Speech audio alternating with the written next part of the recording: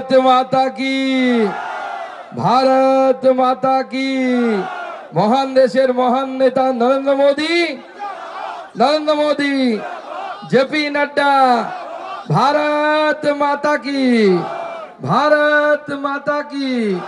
आमादेर प्रार्थी मास्टारमशाई अशोक पुरकायत, সেই অশোক পুরকায়েতের সমর্থনে আজকে সাগরে আমরা মথুরাপুরে এই যে সভা তো করছি, এই সভায় উপস্থিত জেলার সভাপতি নবেন্দু নস্কর, উপস্থিত আমাদের রাজ্যের সম্পাদক নবারুণ নায়েক, আমাদের প্রার্থী অশোক পুরকায়েত, বিভাগ কনভেনর দীপঙ্কর জানা, উপস্থিত আমাদের প্রাক্তন 21 সালের প্রার্থী বিকাশ কামিল্লা, বিপ্লব নায়ক জেলা সম্পাদক, জেলা সম্পাদিকা অনিতা বর্ম প্রধান, জেলা সহসভাপতি চঞ্চল পান্ডা, সাগর বিধানসভার কো-কনভেনর অশোক নায়েক, কো-কনভেনর অসিত মণ্ডল, মণ্ডল সভাপতিগণ কৌস্তব বেরা, চিন্ময় সাহু, পার্থসারথী দাস, বিনয় মণ্ডল, জেলা সম্পাদক সহ অন্যান্য বিভিন্ন যারা পদাধিকারী এখানে উপস্থিত আছেন, সবাইকে একবার জোরে হাততালি দিয়ে আপনারা সকলে মিলে স্বাগত জানান। আমাদের এখানে যুব মোর্চা এবং মহিলা মোর্চার নেতৃত্বরা আছে কোথায়? এই তো, এদের জন্য জোরে হাততালি। বিরাট বাইক মিছিল করে যুব মোর্চা আমাদেরকে নিয়ে এসছে হেলিপ্যাড থেকে এখানে উঠি। আমি যখন নামলাম, নামার সময় আমি নবারুণ নায়েককে জিজ্ঞেস করলাম যে নবারুণ দা, বেশি পয়সা করি তো রাজ্য দিতে পারেনি, আপনারা তো মাথায় শেড তৈরি করতে পারেননি, তো সাগরে কি এত রোদে, এই চড়া রোদে আমার কর্মী সমর্থকরা উপস্থিত থাকবে? নবারুণ নায়েক আমাকে বললেন, দাদা আরে রোদ তো কোনো ব্যাপার না, বঙ্কিম হাজরার সাথে যারা লড়াই করছে তারা এই রোদের সাথে 100 বার লড়াই করতে পারবে, এই বঙ্কিম হাজরার মতো চোরের সাথে। আজকে এই সাগরে আমরা মথুরাপুরে আমার সভা প্রথম শুরু হলো। মনে রাখবেন, সাগরে আমাদের কপিল মুনির আশ্রম আছে। আমরা প্রতি বছর যখন কপিল মুনির সাগরে যে ভূমিতে এসেছিল, সেই ভূমিতে কি রাম রাজত্ব প্রতিষ্ঠা হওয়া দরকার কিনা আপনারা বলুন, উচিত কিনা? যেখানে ভগীরথ এসেছিলেন, যার উত্তরসূরি ভগবান শ্রীরাম, যার মন্দির 500 বছর পর অযোধ্যায় আমাদের রামচন্দ্র নরেন্দ্র মোদী তৈরি করেছেন, এ যুগের রামচন্দ্র নরেন্দ্র মোদী তৈরি করেছেন। একবার হবে নাকি জয় শ্রীরাম, জয় শ্রীরাম, জয় জয় শ্রীরাম, জয় জয় শ্রীরাম। বন্ধুগণ, এখনো পর্যন্ত 18খানা সিটে ভোট হয়ে গেছে। বিজেপি কম করে 12টা সিট ওই 18টার মধ্যে জিততে চলেছে, আমি আপনাদেরকে আগাম ভবিষ্যৎ জানাই। আর দিদিমণির মাথা খারাপ হয়ে যাচ্ছে। দিদিমণি আমার লোকসভাতে গেছে 4 বার, ভাবতে পারেন? একটা লোকসভাতে কবার গেছে? 4 বার। ভাইপো 2 বার। যেমন করে হোক সুকান্ত মজুমদারকে হারাতে হবে। আর দিদিকে আমি বলে দিচ্ছি, দিদি 4 বার কেন, আপনি 40 বার আসুন, তাও সুকান্ত মজুমদারকে হারাতে পারবেন না, বিজেপিকে হারাতে পারবেন না, বিজেপি জিতবে। আর দিদির তত মাথা খারাপ হয়ে যাচ্ছে। আমার ওখানে গেছে, গিয়ে আমাকে আর শুভেন্দু দাকে, আমাদের বিরোধী দলনেতাকে বলছে কুলাঙ্গার। আমাকেও গিয়ে বলছে কুলাঙ্গার, শুভেন্দু দাকেও গিয়ে বলছে এই দুটো কুলাঙ্গার। আমি বললাম, দিদি কুলাঙ্গার কাকে বলে জানেন?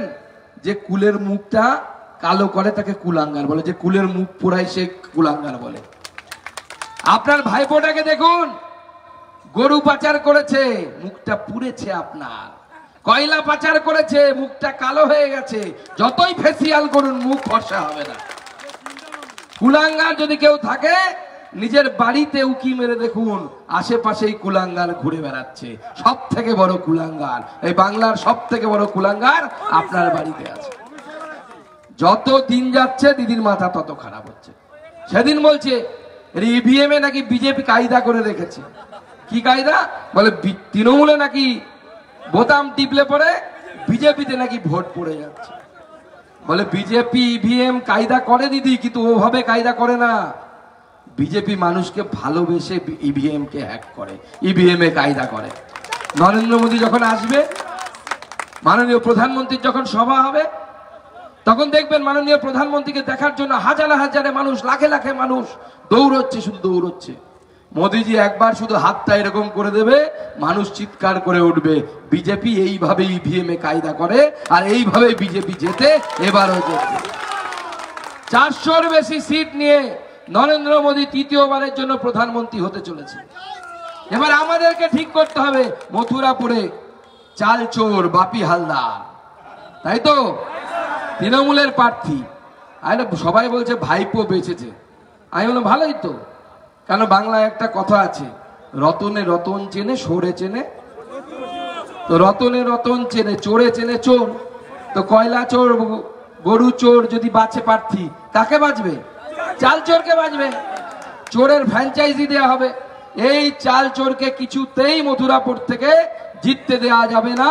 এইখান থেকে আমাদের মাস্টার মশাইকে আমরা লোকসভায় পাঠাবো। আর আমি দুবার সাংসদ রত্ন পুরস্কার পেয়েছি, গোটা দেশের মধ্যে প্রশ্ন করাতে প্রথম। আমি আপনাদেরকে গ্যারান্টি দিচ্ছি, আপনি যদি এই মাস্টার মশাইকে পাঠান, সংসদে কিভাবে কাজ করতে হয়, কিভাবে কাজ করে আনতে হয়, আমি সেটা শিখিয়ে দেবো মাস্টার মশাইকে।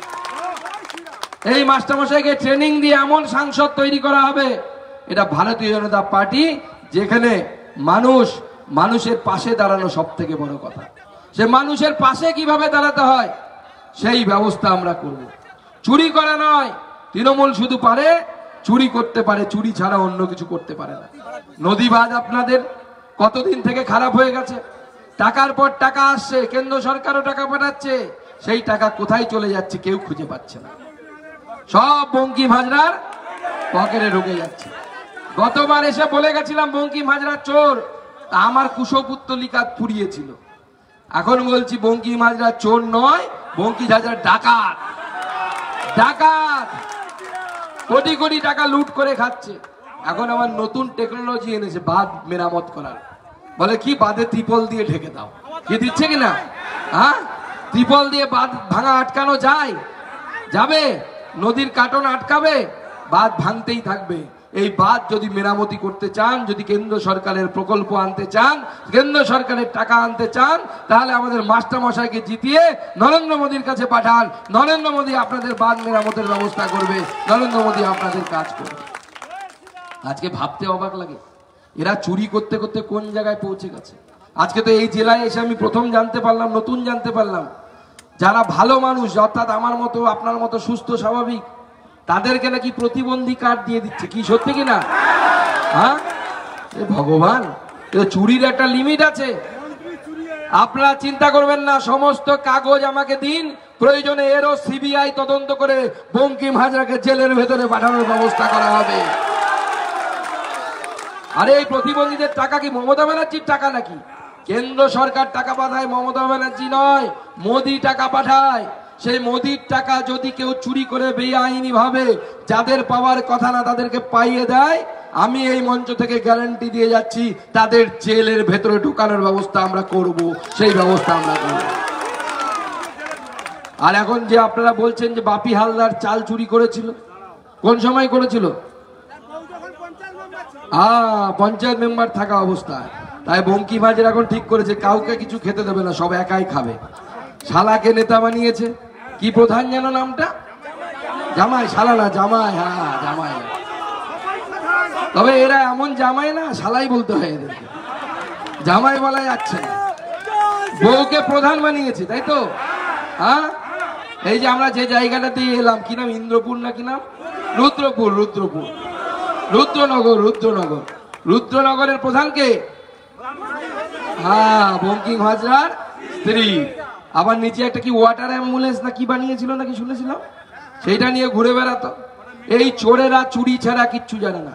আপনাদের এখানে প্রতিবন্ধীর কার্ড চুরি করে লোককে পয়সা পাইয়ে দিচ্ছে। কোন জায়গায় রেশন চুরি, মন্ত্রী জেলের ভেতরে, কি জানেন তো? জ্যোতিপ্রিয় মল্লিক, সে শুধু রেশন চুরি করেনি, সে তো রেকর্ড করে দিয়েছে। পশ্চিমবঙ্গে কেন, ভারতবর্ষে এই ধরনের ঘটনা কেউ ঘটাতে পারেনি যেটা আমাদের প্রাক্তন খাদ্যমন্ত্রী করেছে। কি করেছে? সে লোকের বউ চুরি করেছে। এটা আমি বলছি না, তৃণমূলের একজন প্রাক্তন কাউন্সিলর, যেদিন আমাদের প্রাক্তন খাদ্যমন্ত্রী জ্যোতিপ্রিয় মল্লিক সিবিআই এর হাতে ধরা পড়লো, ইডির হাতে ধরা পড়লো, সেদিন সে বেচারা কাঁদতে কাঁদতে ক্যামেরার সামনে বলছে, কি বলছে? দাদা, আমার বউকে নিয়ে আমাকে না বলে দার্জিলিং ঘুরতে চলে গেছিল মন্ত্রী।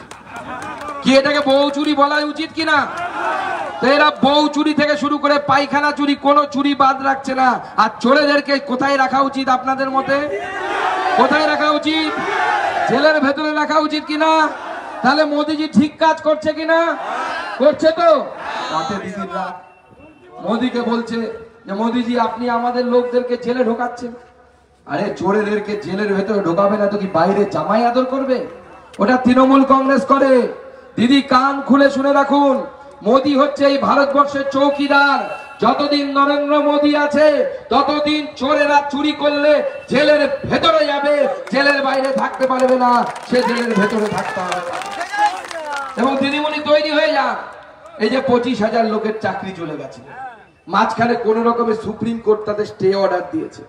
এর মধ্যে ধরা পড়েছে 8,000 চাকরি। আমরা বলছি না, দিদিমণির সাধের স্কুল সার্ভিস কমিশন বলছে 8,000 চাকরি বেআইনি চাকরি। মনে রাখবেন হরিয়ানাতে এইভাবে চাকরি বিক্রি হয়েছিল। হরিয়ানার মুখ্যমন্ত্রী ওম প্রকাশ চৌটালা, নামটাও মনে রাখবেন, জেলের ভেতরে ঢুকেছিল।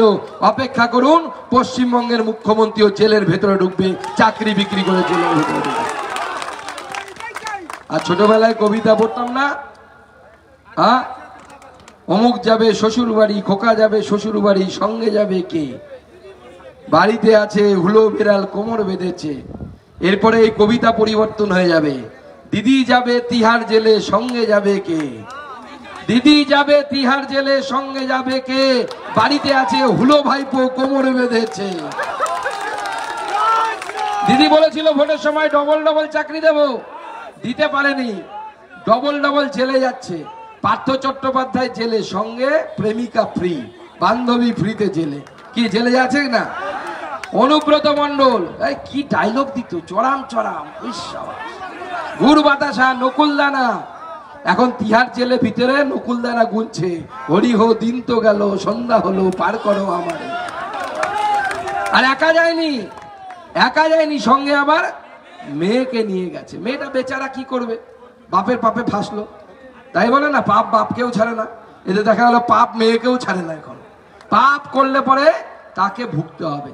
সে তুমি বাপি চালচোর হোক আর বঙ্কিম হাজার মতো বড় ডাকাত হোক, প্রত্যেকটা জেলে যাবে, জেলের ভেতরে যাবে। আমি সেই কথা বললাম। আজকে মুড়িগঙ্গা নদীর ব্রিজ থেকে শুরু করে নদীবাদের সমস্যা।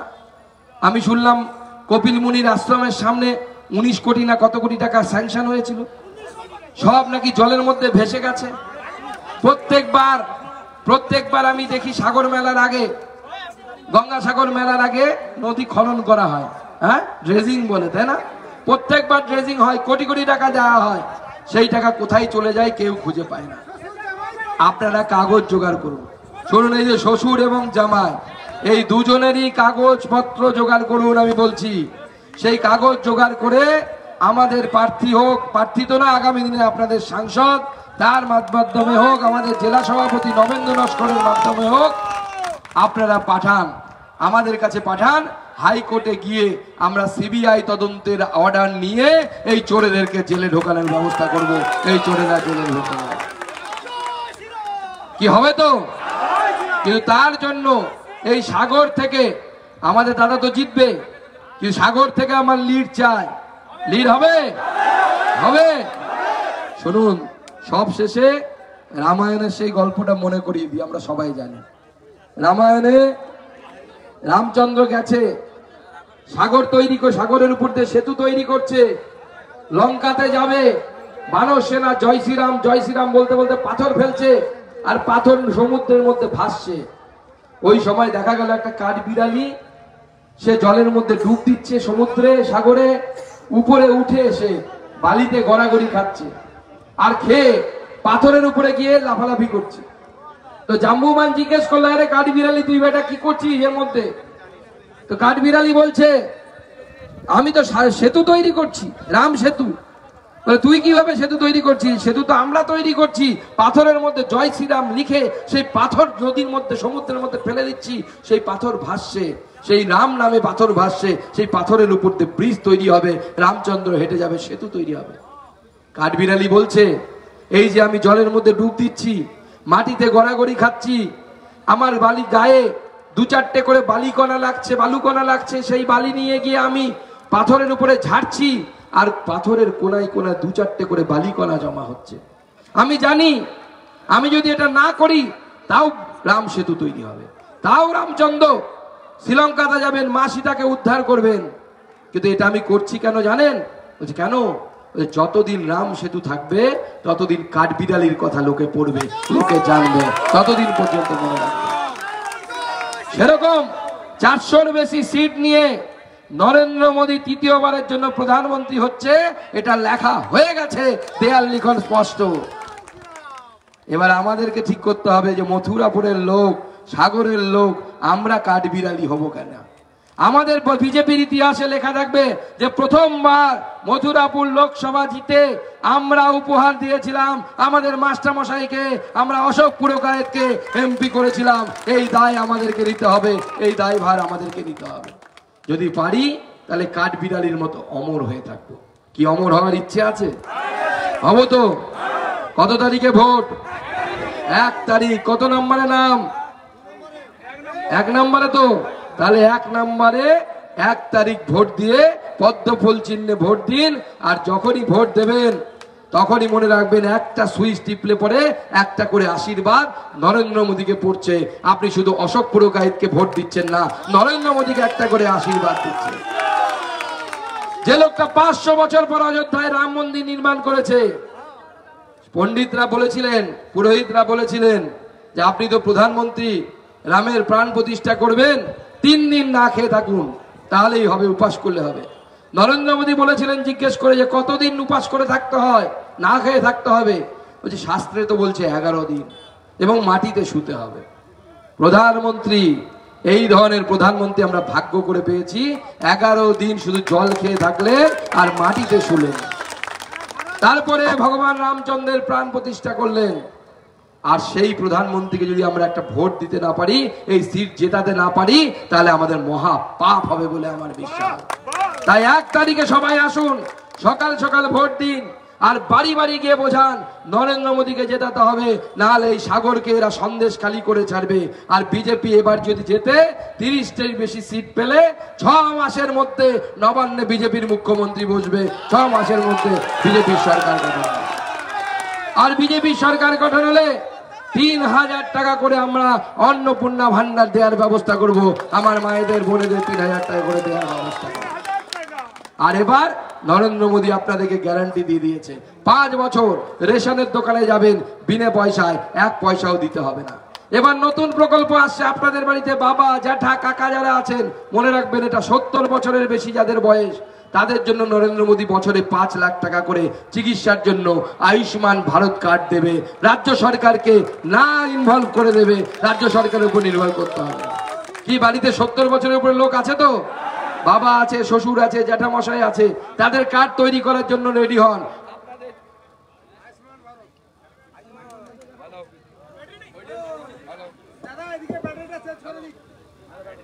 আপনারা সবাই রেডি হন, আমাদের সাংসদ ওই ফর্ম ফিল আপ আপনাদেরকে করাবে, এবং আয়ুষ্মান ভারতের কার্ড 70 বছরের বেশি যারা, তাদেরকে আমরা দেব, এবং 5 লক্ষ টাকার বছরে চিকিৎসার ব্যবস্থা নরেন্দ্র মোদী করবেন।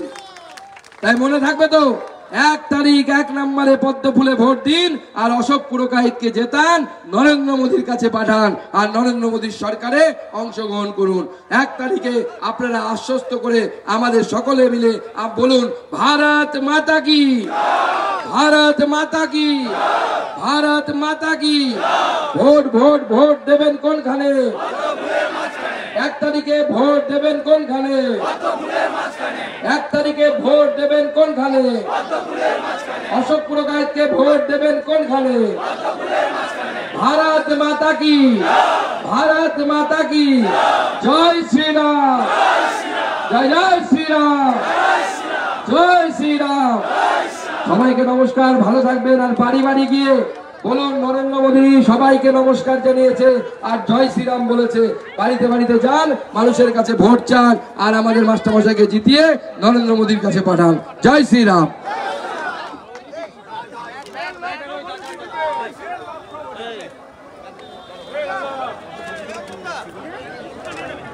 আরে